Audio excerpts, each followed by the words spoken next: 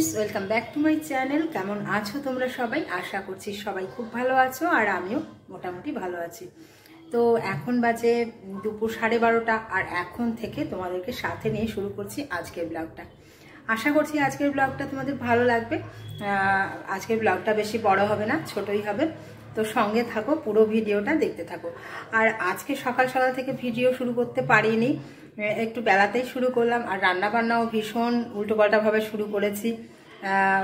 সকালের ব্রেকফাস্ট কিছু খাইনি, একটু আগে খেলাম। সকালে ওষুধ খাইনি, সব গোলমাল হয়ে গেছে। তো সকালবেলায় একটু কাজ করছিলাম। সকালবেলায় কাজ বলতে অনেক দিন থেকে রিলস বানানো হয়নি, তো রিলস বানাচ্ছিলাম সকালবেলায়।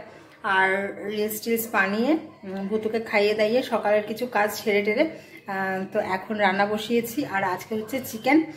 আর আমাদের ঘরে চিকেনটা বেশি হয় জানোই, ভুতু যেহেতু মাছ খেতে চায় না, সেই কারণে আমরা চিকেনটা একটু বেশি করি। চিকেনটা এখন আমি করছি, চিকেনটা তোমাদের সঙ্গে একটু শেয়ার করি, দাঁড়াও দেখাচ্ছি। চলো দেখো, এইদিকে অল্পই চিকেন করছি আজকে। চিকেনটা মেখে রেখেছি, আর এই দিকে আলুটাও ভেজে রেখেছি, আর এই দিকে দেখো পরোটা ভেজেছি। পরোটাটা আমি খাচ্ছিলাম, এতটুকু খাওয়া হয়ে গেছে, তো এতটুকু রয়ে গেছে। আর এখন রান্না বসাবো। এই যে কড়াই চাপিয়ে দিয়েছি, আর সব কিছু একটু অগোছালো এলোমেলো রয়েছে। তো যাই হোক, অনেক দিন পর ব্লগ শুরু করেছি, একটু অগোছালো এলোমেলো ভাবেই হচ্ছে। তো তোমরা একটু মানিয়ে গুছিয়ে নিও, সঙ্গে থেকো, ভিডিওগুলো দেখতে থেকো। আর আমার ভিডিওগুলো কেমন লাগছে কমেন্ট করে অবশ্যই জানিও, আর ভালো লাগলে শেয়ার করে দিও। আর একটা লাইক করতে কিন্তু একদম ভুলো না, লাইক করো, কমেন্ট করো আর শেয়ার করো। আর চ্যানেলে নতুন হলে চ্যানেলটা সাবস্ক্রাইব করে দিয়ে আমাদের সাথে থেকো। আর যারা চ্যানেলটা অলরেডি সাবস্ক্রাইব করেছো, আমার ভিডিওগুলো শেয়ার করো, আমার ভিডিওতে লাইক কমেন্ট করো, তাদের জন্য অনেক অনেক ভালোবাসা, অনেক অনেক কৃতজ্ঞতা। তো এটা তো থাকছেই তোমাদের জন্য, আর তোমরা সাথে থাকবে, পাশে থাকবে, এটা আমি জানি। তো চলো আরও কাজগুলো করতে থাকি, অনেকটা দেরি হয়ে গেছে। তো দেরি না করে চলো কাজগুলো সেরে নিই, তারপরে আবারও কথা হচ্ছে, সঙ্গে থাকো। তো ফ্রেন্ডস, কড়াই বসিয়ে দিয়েছি, আর তেলটা দেখো ধোয়া ছাড়তে শুরু করে দিয়েছে। আর আমি তেজপাতা দিয়ে দিলাম, ফোড়নটা দিয়ে একটু দিয়ে দিলাম 5 ফোড়ন। ফোড়নে আমি মাংসতে 5 ফোড়নই দিই, ভুতু এটা পছন্দ করে। আর এইদিকে আমি পেঁয়াজ আদা রসুন যেটা পেস্ট করে রেখেছিলাম সেটা দিয়ে দিলাম।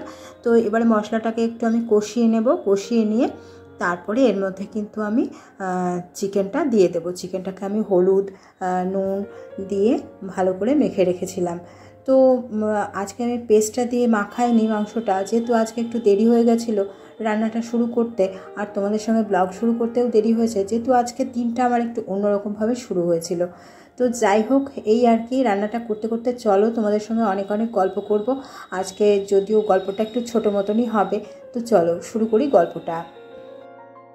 তো ফ্রেন্ডস, কিছুদিন আগে শ্বশুরবাড়িতে গিয়েছিলাম, তোমাদেরকে বলেইছি আগের ব্লগে। তো সেখানে গিয়ে শ্বশুরমশাই আমাকে বলে যে আমি নাকি শ্বশুরমশাইদের নামে ভিডিওতে অনেক কিছু বলি শ্বশুরমশাইদের নামে। তো আমার কিন্তু মনে পড়ে না যে আমি শ্বশুরমশাইদের নিয়ে তেমন কিছু নিন্দামন্দ করে কোনো ভিডিও বানাই বা কিছু। তো যাই হোক, শ্বশুরমশাই এরকম বলেছে, আমি একটু ওনার উপর রাগ দেখিয়ে ফেলেছি। যদিও আমি আমার শ্বশুরবাড়ির কারো ওপরেই আমি কোনো রাগ দেখাতে চাই না, এবং কোনো মানুষের ওপরেই আমি রাগ দেখাতে চাই না। মানুষের সঙ্গে আমি একটা সদ্ভাব বজায় রাখার সবসময় চেষ্টা করি। কিন্তু আমি দেখেছি আমাকে অনেক মানুষই সহজভাবে নিতে পারে না। তারা ভীষণই সম্পর্ক বলো, যে কোনো বিষয় বলো, তারা সব কিছুর দিকটাই বেশ জটিল করে ফেলে আমার দিকটাতে। তো যাই হোক, কি বলবো, শ্বশুরবাড়ি নিয়ে যদি আমার নিন্দামন্দ করে ভিডিও করারই হতো, শ্বশুরবাড়ির লোকেদের নামে যদি আমার নিন্দামন্দ করারই হতো, সত্যি বলতে এতদিনে আমার চ্যানেলটা হয়তো গ্রো করে যেত। মানুষ সেই খবরগুলো খেত, মানুষ সেই খবরগুলো পছন্দ করত। মানুষ তো এগুলোই পছন্দ করে, কিন্তু আমি কিন্তু কোনো দিনই সেই ব্যাপারগুলো করিনি। আমার শ্বশুরবাড়ির কারো সম্পর্কে কোনো নিন্দামন্দ করতে চাইনি, করিনি। হয়তো কথার পরিপ্রেক্ষিতে কখনো কোনো না কোনো সময় কিছু না কিছু আমি বলে ফেলেছি, কিন্তু সেটা নিন্দা করব বলে নয়, সেটা কথার পরিপ্রেক্ষিতেই কথা বেরিয়ে এসছে হয়তো কখনো না কখনো। তো সেটা নিয়ে এমন কিছু মাথা ব্যথা করারও ব্যাপার নয়। তো তোমরা সবাই জানো যে ইউটিউব থেকে একটা ভালো রোজগার মানুষের আসে যদি মানুষের চ্যানেলটা গ্রো করে যায়। তো আমি কিন্তু চাইলে এটা করতেই পারতাম, শ্বশুরবাড়ির নিন্দামন্দ করে আমার চ্যানেলকে বড় করতে পারতাম, চ্যানেল থেকে একটা রোজগারের পথ তৈরি করতে পারতাম, কিন্তু আমি কিন্তু সেটা করিনি। ইউটিউবের রোজগারটা এমন কিছু কম নয় কিন্তু, যেখান থেকে মানুষ বাড়ি গাড়ি অনেক কিছু করতে পারে, একটা সুন্দর উন্নত লাইফস্টাইল কিন্তু মানুষ বাঁচতে পারে। কিন্তু আমি কিন্তু আমার মতো করে আর নিজের মতো করে ভিডিও করে যাই সব সময়। কারণ নিন্দা করব বা শ্বশুরবাড়ির নিন্দা করে আমার চ্যানেলকে বড় করব, এটা কিন্তু কখনো ভাবিনি। তবে হ্যাঁ, অনেক ক্ষেত্রে শ্বশুরবাড়ির লোকেরা কিন্তু আমাকে অনেক অনেক বিষয়ের উপর কথা বলার জন্য ইন্সপায়ার করে। তারা এমন এমন কিছু বিষয় বলে, এমন এমন কিছু কথা বলে, যেগুলো নিয়ে আমার কিন্তু কথা বলতে হয়, আমাকে কিন্তু সেই বিষয়টার ওপর কথা বলতে হয়। আর বিষয়ভিত্তিক কথা বলা, বিষয়ভিত্তিক লেখা, এসব তো আমার অভ্যেসগত, সেটা তো থাকবেই। তো কেউ যদি সেখানে বলে ফেলে, করে ফেলে এমন কিছু বিহেভিয়ার করে, এমন কিছু কথা বলে, তো সেখানে তো সেই বিষয়ের উপর কথা হবেই। এটা নিয়ে আমাকে কেউ যদি শাসন করতে আসে, বারণ করতে আসে, সেগুলো আমি শুনতে পারবো না, সেগুলো শোনা আমার পক্ষে সম্ভবও নয়।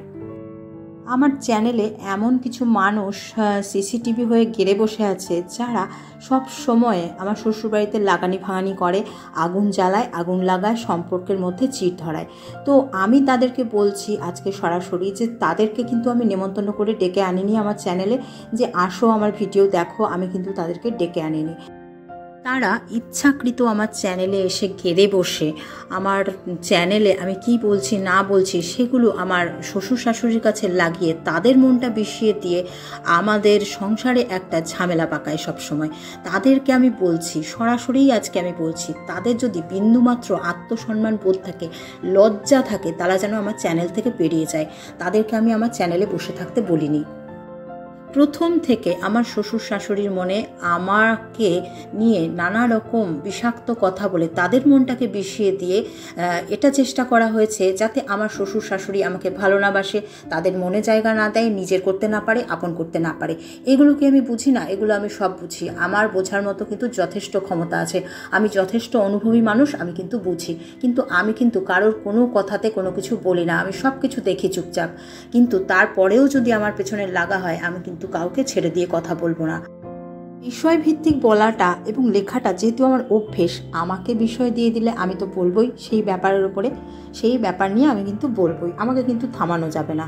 তো যাই হোক, নিজেদের একটু কন্ট্রোল করা হোক, নিজেরা যেন কোনো মানুষকে টপিক দেওয়া না হয় যেই টপিকের ওপর মানুষ বলতে পারে। যেমন এবারেও আমি গিয়ে কিন্তু অনেকগুলো টপিক পেয়েছি, তো সেইগুলো টপিক নিয়ে যদি আমি বলতে শুরু করি, তখন কিন্তু বললে হবে না আমাদের নিয়ে বলছো, আমাদের নিয়ে কেন বলছো। কথাটা শুধু তোমাদের নয়, সারা পৃথিবীর মানুষের কথা এগুলো। আমার মনে হয় এক্ষেত্রে মানুষকে নিজের মানসিকতাকে পরিবর্তন করতে হবে।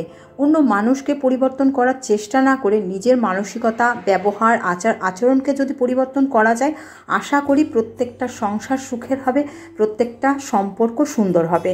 কিন্তু মানুষ তো সেটা কখনোই করে না। মানুষ মানুষের গুণগুলো খোঁজার চাইতে দোষগুলো খুঁজতে ভীষণ পছন্দ করে। তো সবশেষে এটাই বলবো যে আমার জীবনে যারা আগুন লাগানোর চেষ্টা করছে, আগুন লাগাচ্ছে প্রথম থেকেই, এখনও পর্যন্ত লাগিয়ে যাচ্ছে, তারা যেন এই আগুন লাগানোর কাজটা এবার বন্ধ করে। না হলে অন্যের জীবনে আগুন লাগাতে লাগাতে সেই আগুন যে নিজের জীবনে কখন ছড়িয়ে যাবে বুঝতেই পারবে না।